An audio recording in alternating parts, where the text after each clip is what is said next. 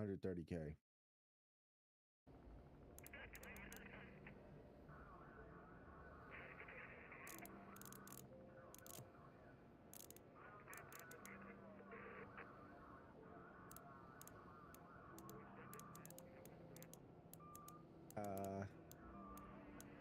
I gotta add you.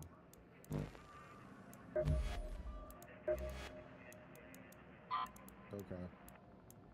Invite me. Invite me. Okay.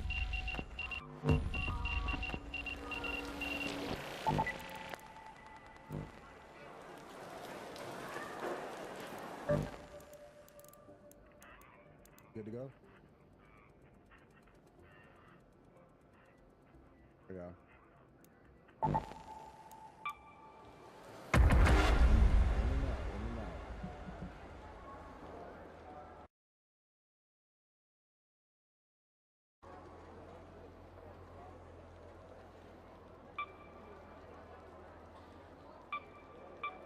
Ad's a bit late now. Let's go.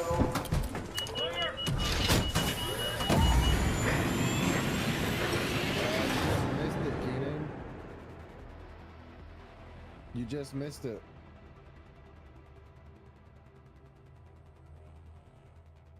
The vape died. Yeah, just missed it.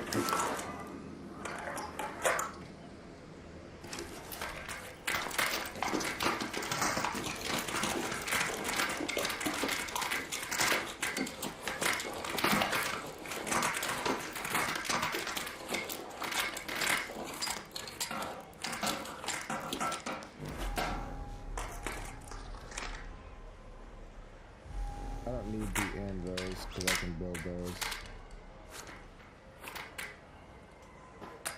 Well, I'd rather have the wolf. No, I can't.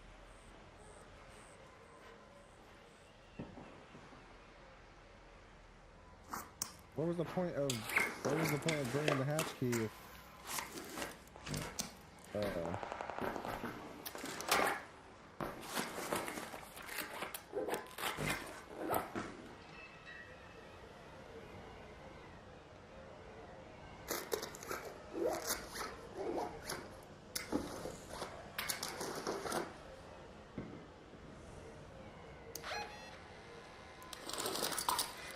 Let's head home at the train station hatch.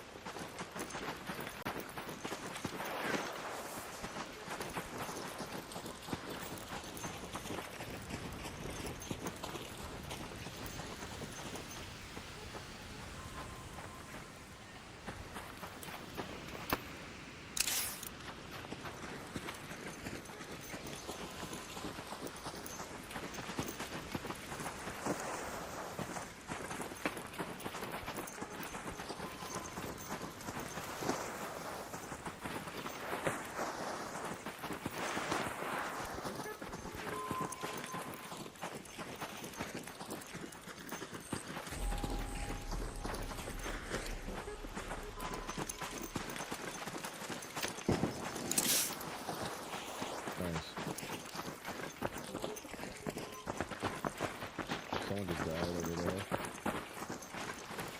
Watch out. Overhead.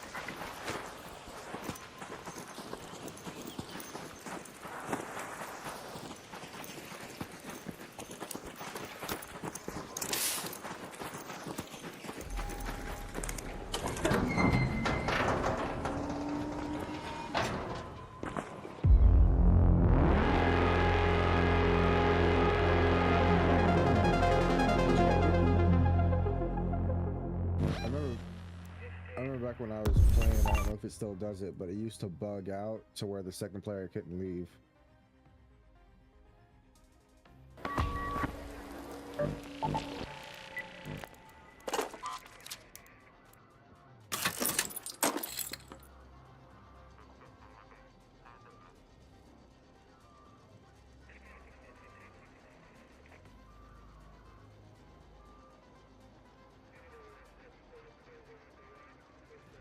might keep some of them, but I am gonna sell some of these roll packs, and then I already sold them.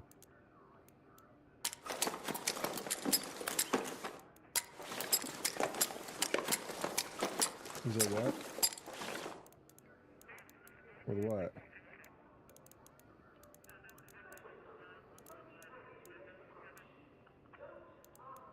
Where's Big Arc?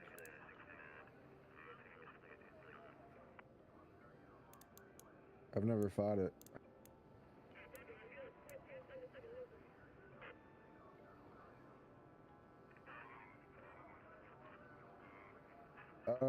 Yeah, I've killed a few Bastions, and Rocketeers, and Leapers. I never needed a wolf pack for it, though.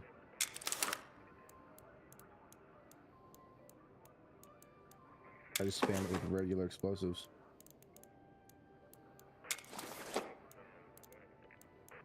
In fact, I used a wolf pack on it one time, and it just ricocheted off a Bastion.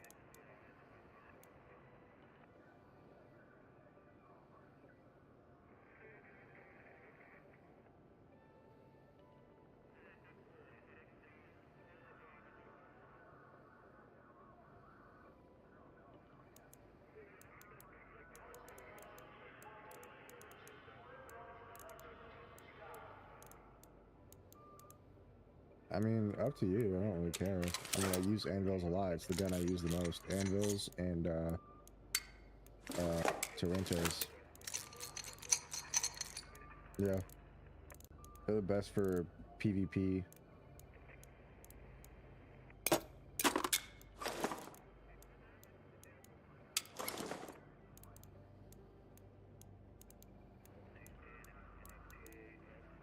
They're cheap to make and they do tons of damage.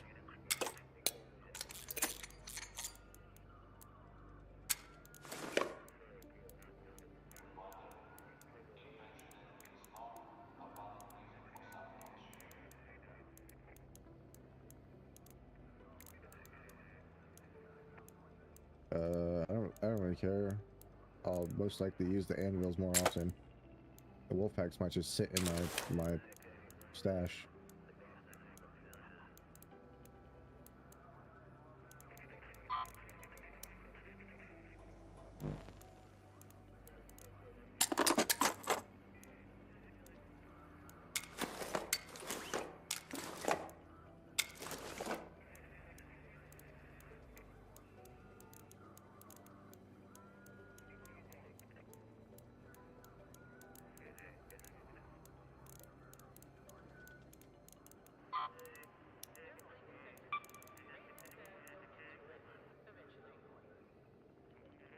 I said the Torrente, I didn't mean the Torrente. Whatever that shotgun is, the green shotgun.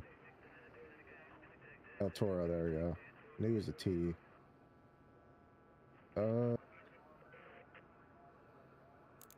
Yeah. Pretty sure. I'm gonna double check. Pretty sure I'd make those.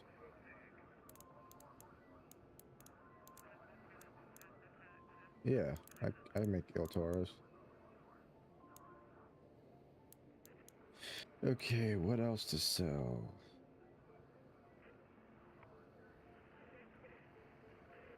Sell these renegades.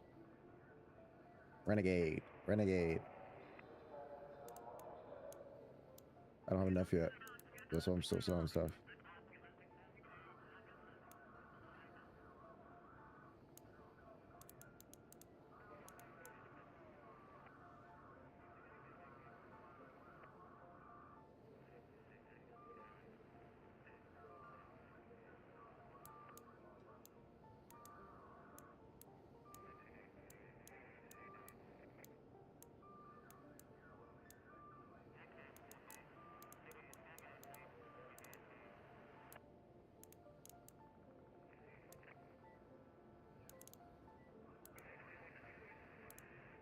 Uh,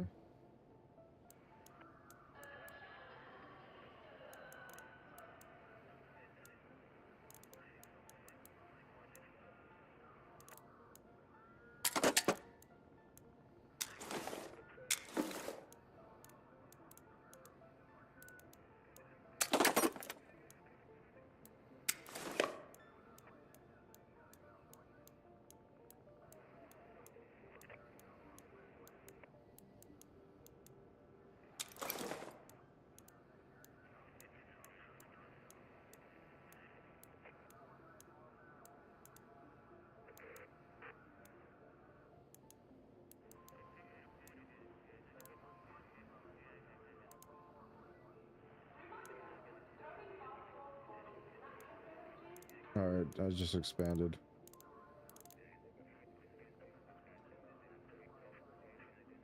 $256.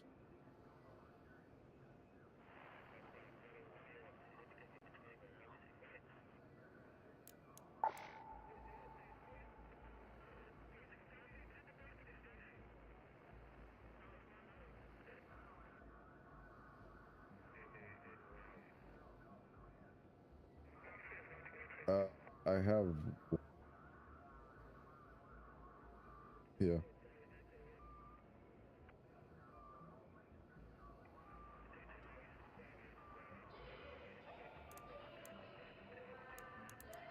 Sure.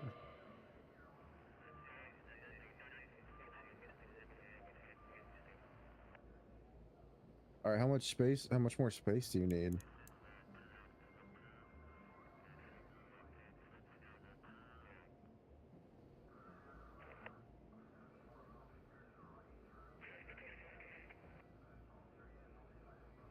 What are you trying to get rid of?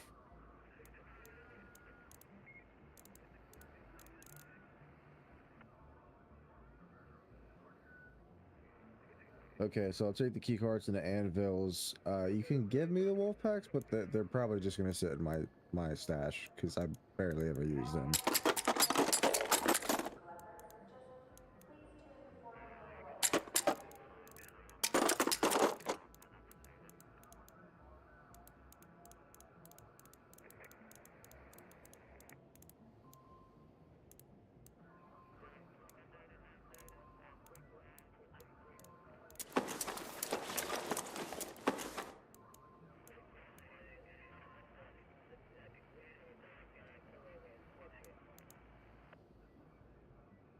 Uh, I don't know. I kind of play them all.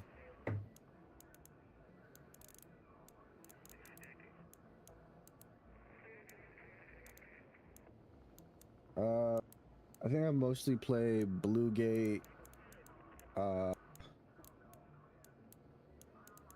Blue Gate, Spaceport, and sometimes Dam.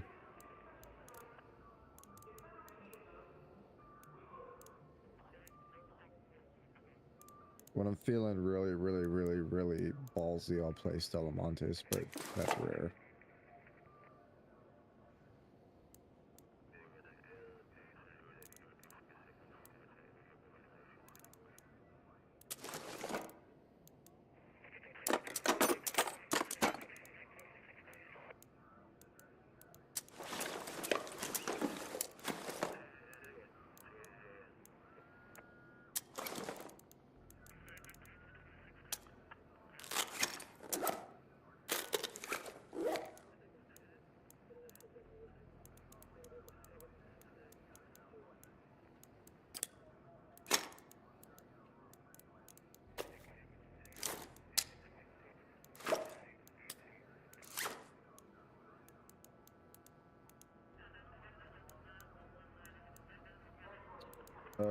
Let me see if I have another key.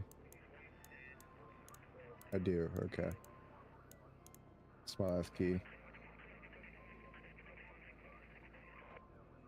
Let me know when you're ready. Are we going Barrett City again?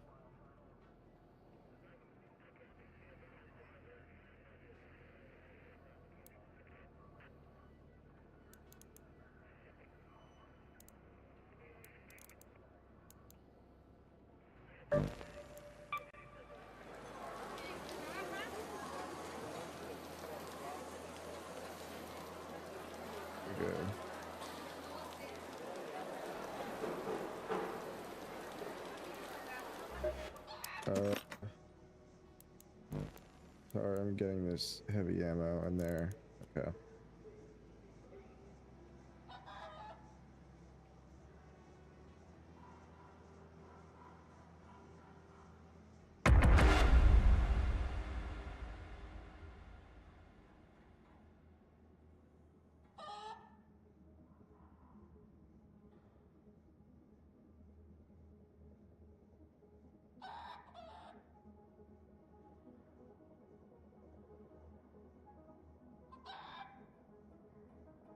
Well, if we get into a match that's already started, then we'll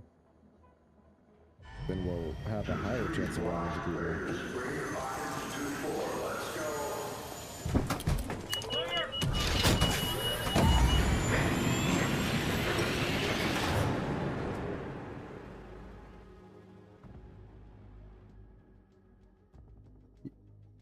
Yeah, but by the time we get to a hatch, they'll already be in the city.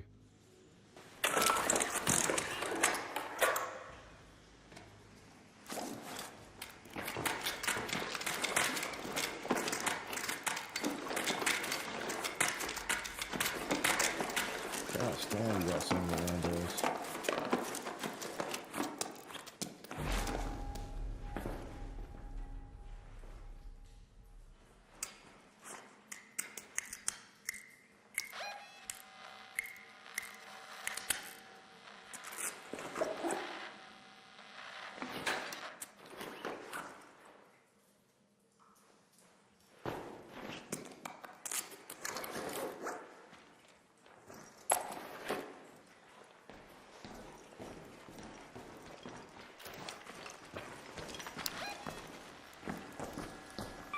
Let's head home at the Old Town hatch.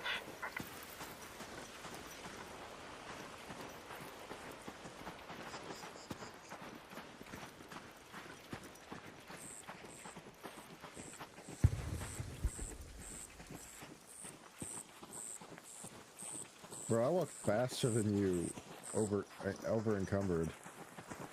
That's how good that. Oh, what?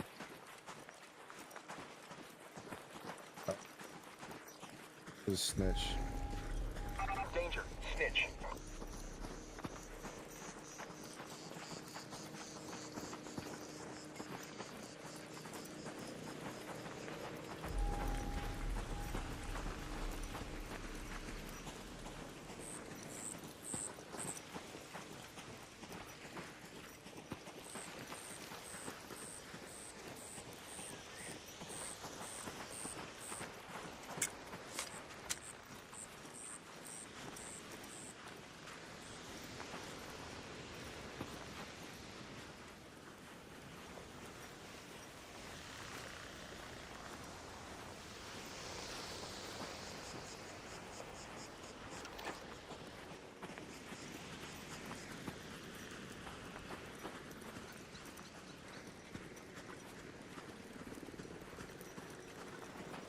Watch out. Wasp.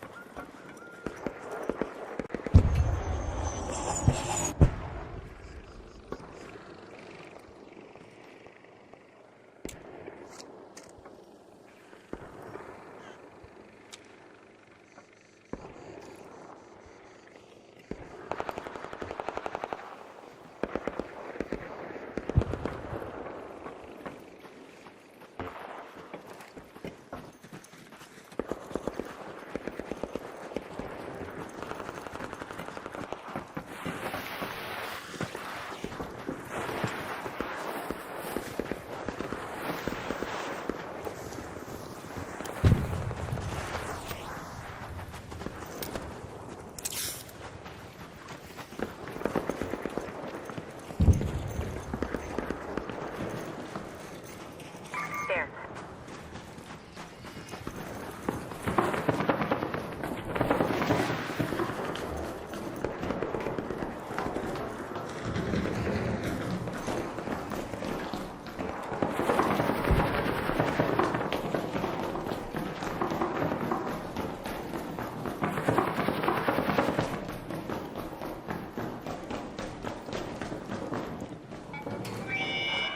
Out there.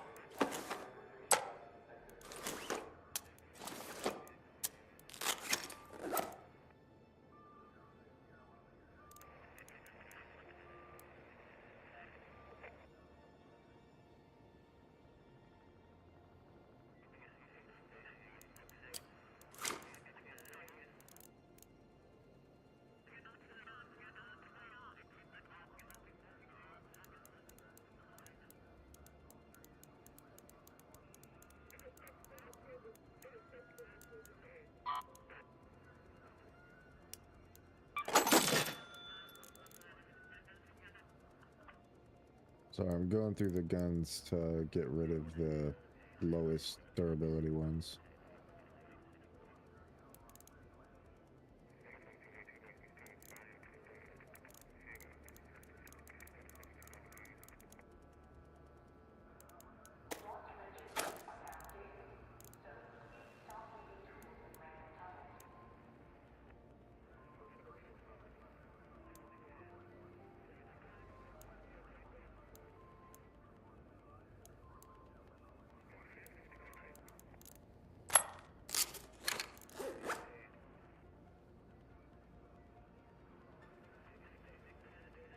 Somehow.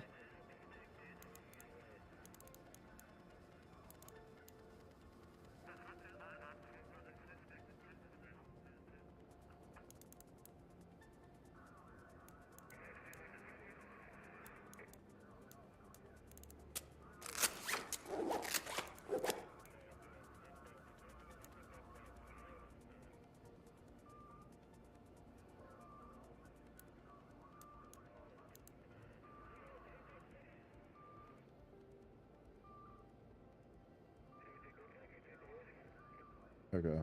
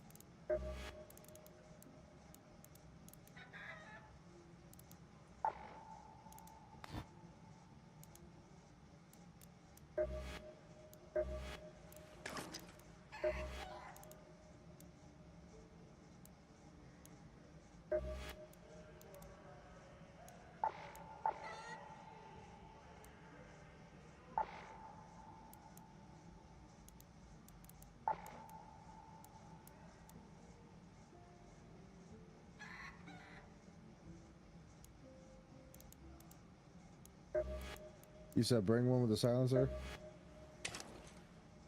Yeah. Yeah.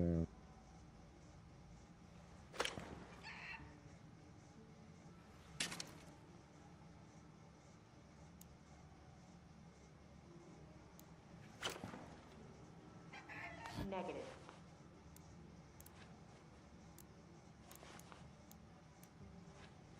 You can change it.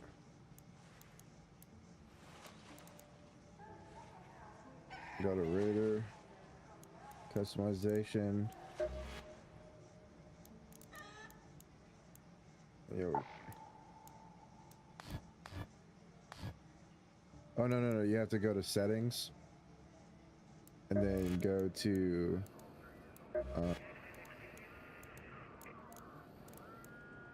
maybe audio.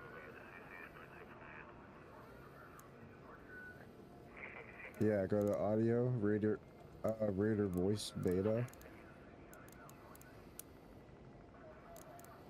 Hey Raider, can you hear me all right? Hey Raider, can you? Hey Raider. Hey Raider. Hey Raider, can you? Hey Raider, can? Hey Raider, can you hear me all right? Hey Raider, can you? Oh no, that's Hey the Raider, in-game can you hear voice. me all right? Good. Hey Raider. Hey Hey Ra- That's hey, not hey, the hey, actual Ra- character hey, voice. Hey Raider, can you hear me all right?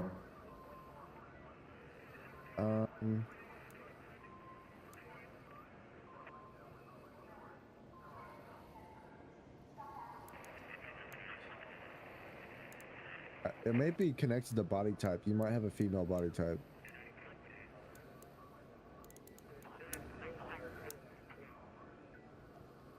I don't know. You must have clicked a female voice when you made your character.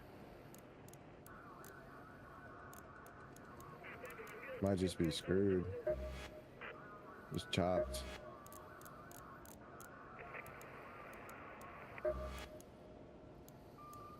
I don't have another hatch key. Okay.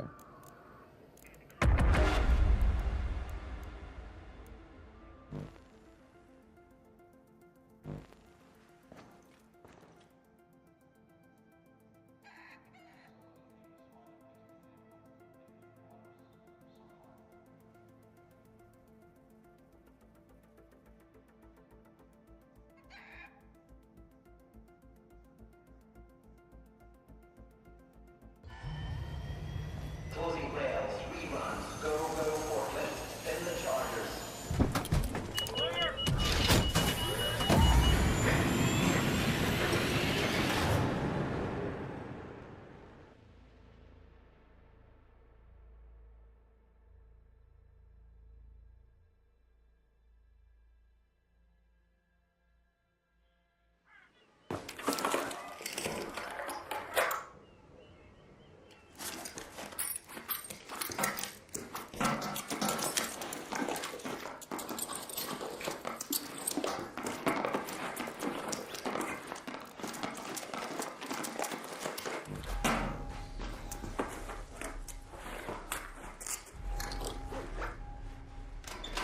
Thanks.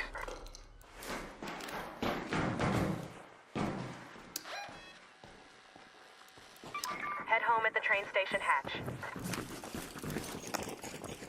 Hey, adrenaline shot. Here.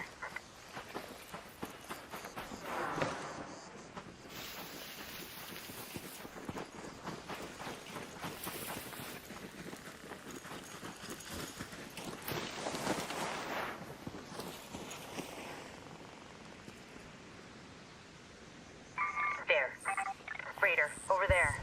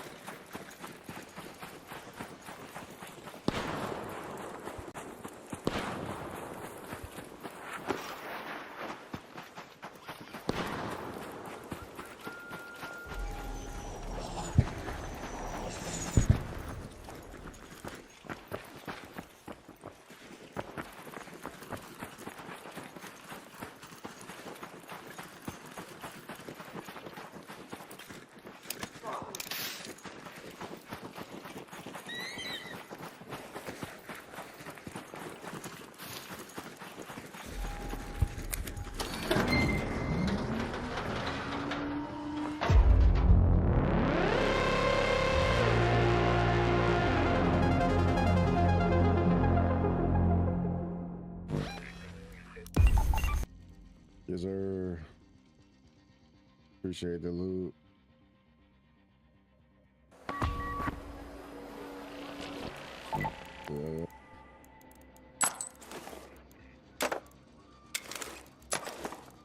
Uh,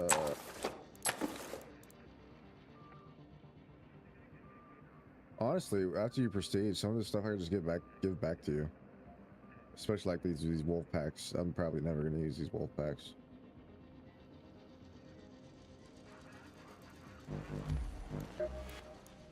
Yeah, I guarantee you these wolf packs will still be there by then. And I guarantee you I will not get through all these keys in that month. I might get through maybe 2 if I feel like, if I have the time to play one weekend. So you get back a bunch of keys and some wolf packs and get some anvils.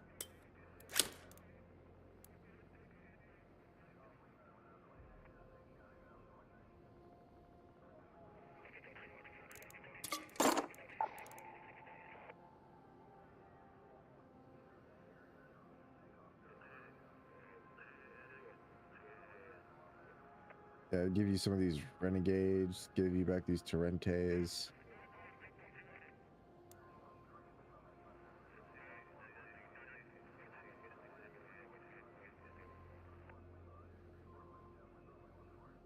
I don't know. I'm the type of player that doesn't like taking high tier loot guns and stuff like that because I PvP so much. There's just a high chance of just losing it, so there's no point in taking it.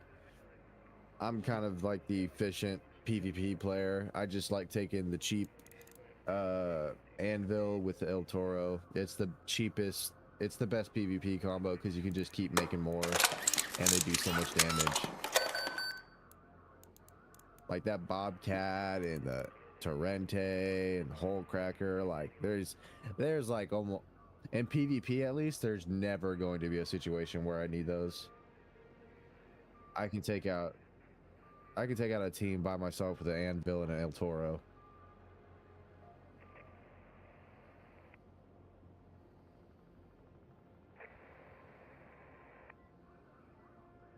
Yeah, there's not. I don't play against Ark very much.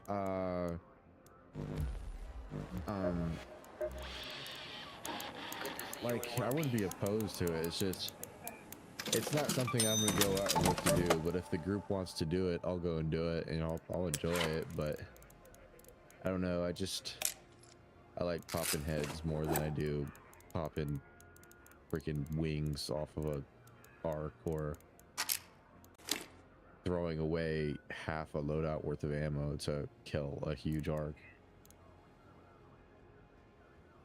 Like it's fun and stuff, but it's not like something I enjoy doing like a lot. Like PvP is more fun to me.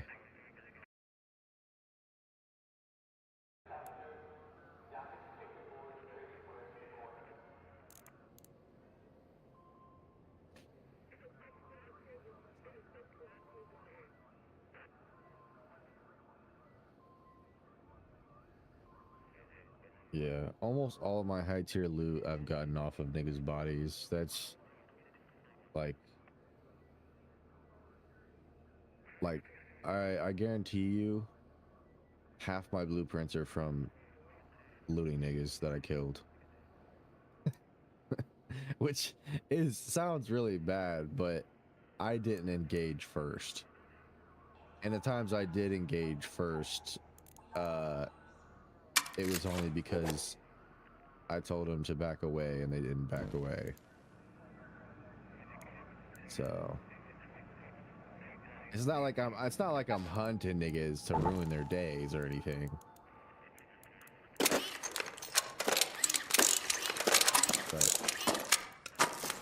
yeah, appreciate the loot, gang.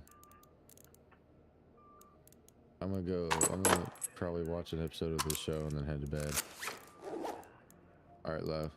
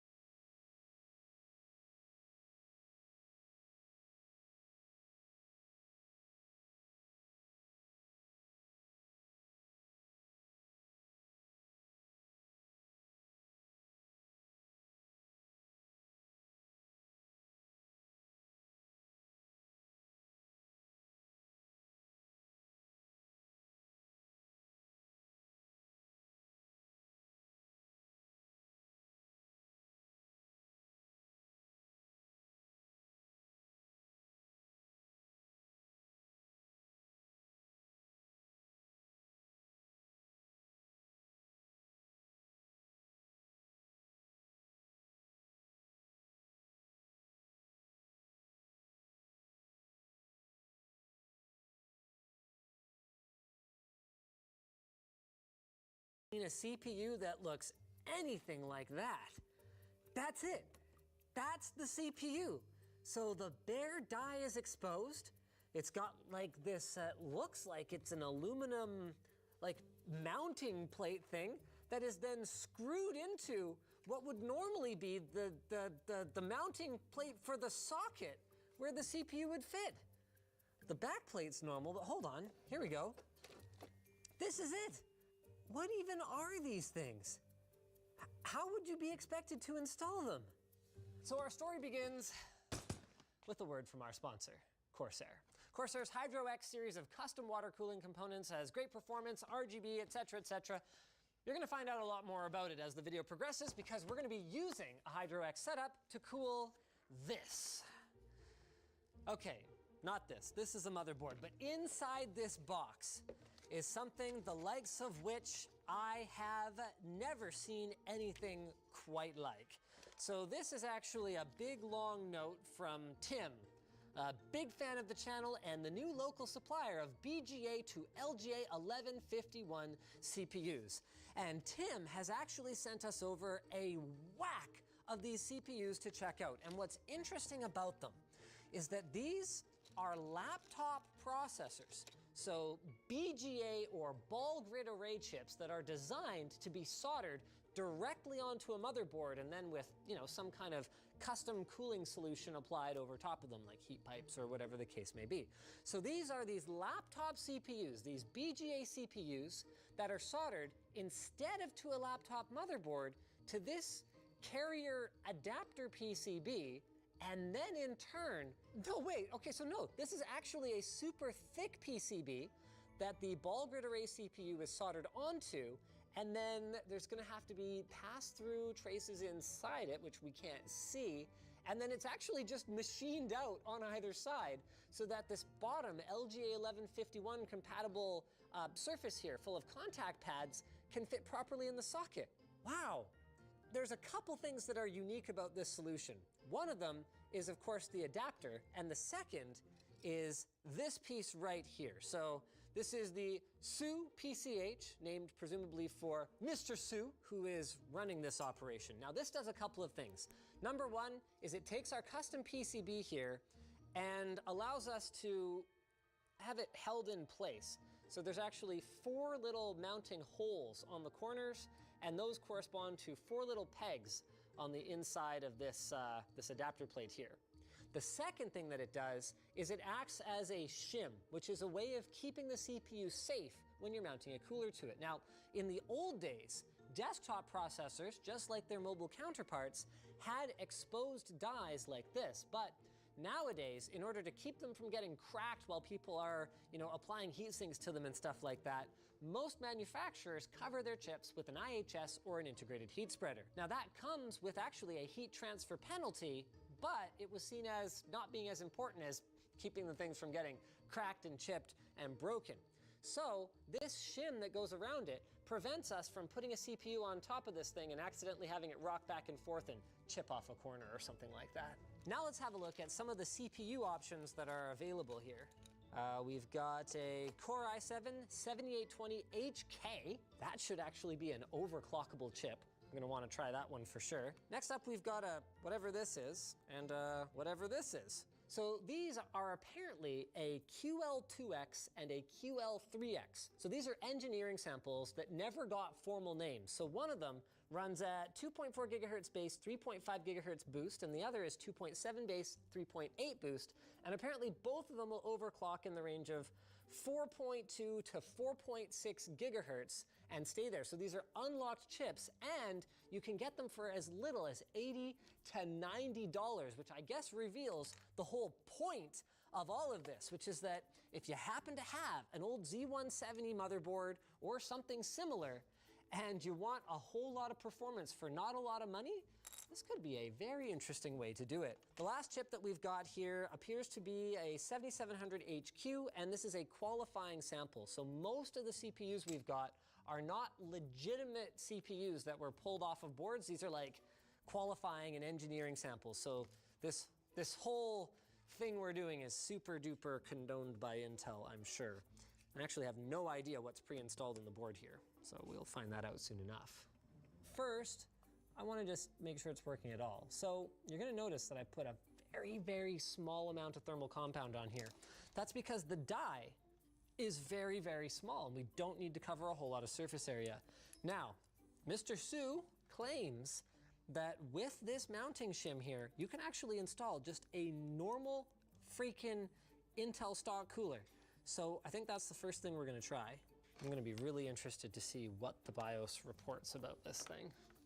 We ready for the magic moment? Our RGB RAM is lit up. We basically have all the functionality we need now. Let's see if we can get into the BIOS here. F2, delete. This doesn't appear to list a CPU model anywhere in here. Yes, so we are unlocked. Ah, here we go. Oh, so this is a 6700 HQ. Why would that be unlocked? That shouldn't be unlocked. Okay, so why don't we throw one of our, well, first let's get into Windows. Let's get some hardware info fired up here. Everything seems to be working relatively normally. There it is, 6700 HQ, running just like you would expect. Now, as expected, the CPU is running really cool, like 19 to 22 degrees at idle. Let's go ahead and just throw a quick Blender render at it and see how it looks after that. Even this Pinner Intel stock one on it, under load, we're looking at 45 degrees Celsius. So I think it's pretty safe for us to crank that multiplier up to the maximum it'll reach, and let's see what our performance looks like. As it is, we're turboing to just 3.1 gigahertz on all cores. I think we can do better. All right, so as expected, yes, that 35 multiplier is indeed the max single core turbo frequency of this particular chip. We're just gonna see if we can hit that all cores. Now, I have no experience trying to overclock Intel's locked mobile chips, even just to run all cores at the single core boost frequency, because even if Intel did allow this kind of behavior, no mobile device manufacturer in their right mind would allow you to do that kind of thing because you would overwhelm the cooling. And I guess I have no more experience than I did before because as you can see here, it doesn't work. We're still running at 3.1, but that's okay because between the qualifying samples, the engineering samples, and the straight up K-series unlocked chips, we can still do some overclocking today. So I was actually in the middle of swapping CPUs and I realized that we haven't actually seen under this thing yet. So let's have a look at what, if anything, Mr. Su has modified about this motherboard here. Yeah, it looks like not really anything. All they've done is remove the normal mounting plate here. You know, it would have that little lever and all that kind of stuff. So they've just removed that. And then the CPU is held in by the hold down plate or the shim up here. This shim that came pre-installed seems to be like a pre-production one or something because it looks like it actually has some sanding marks on the top, like they were trying to dial in the height just right. So we're gonna do away with that one. We're gonna use one of the finished samples here. What CPU do you want to go for, Alex? Do you want to go for one of the mystery meat ones, or do you want to go for the 7820 HK, the expensive one? Pick a hand. That one. That one? Okay. We're going with this one. No, just kidding.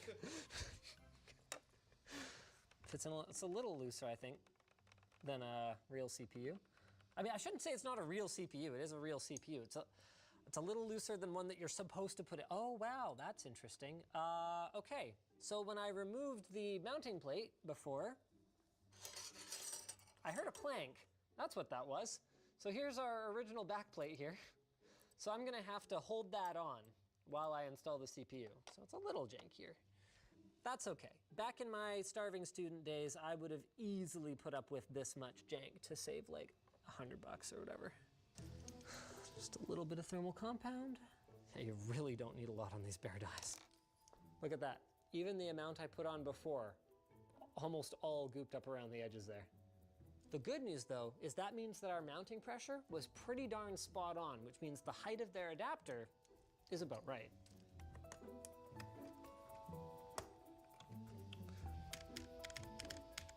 Oh, turned off, turning back on, probably memory training or something.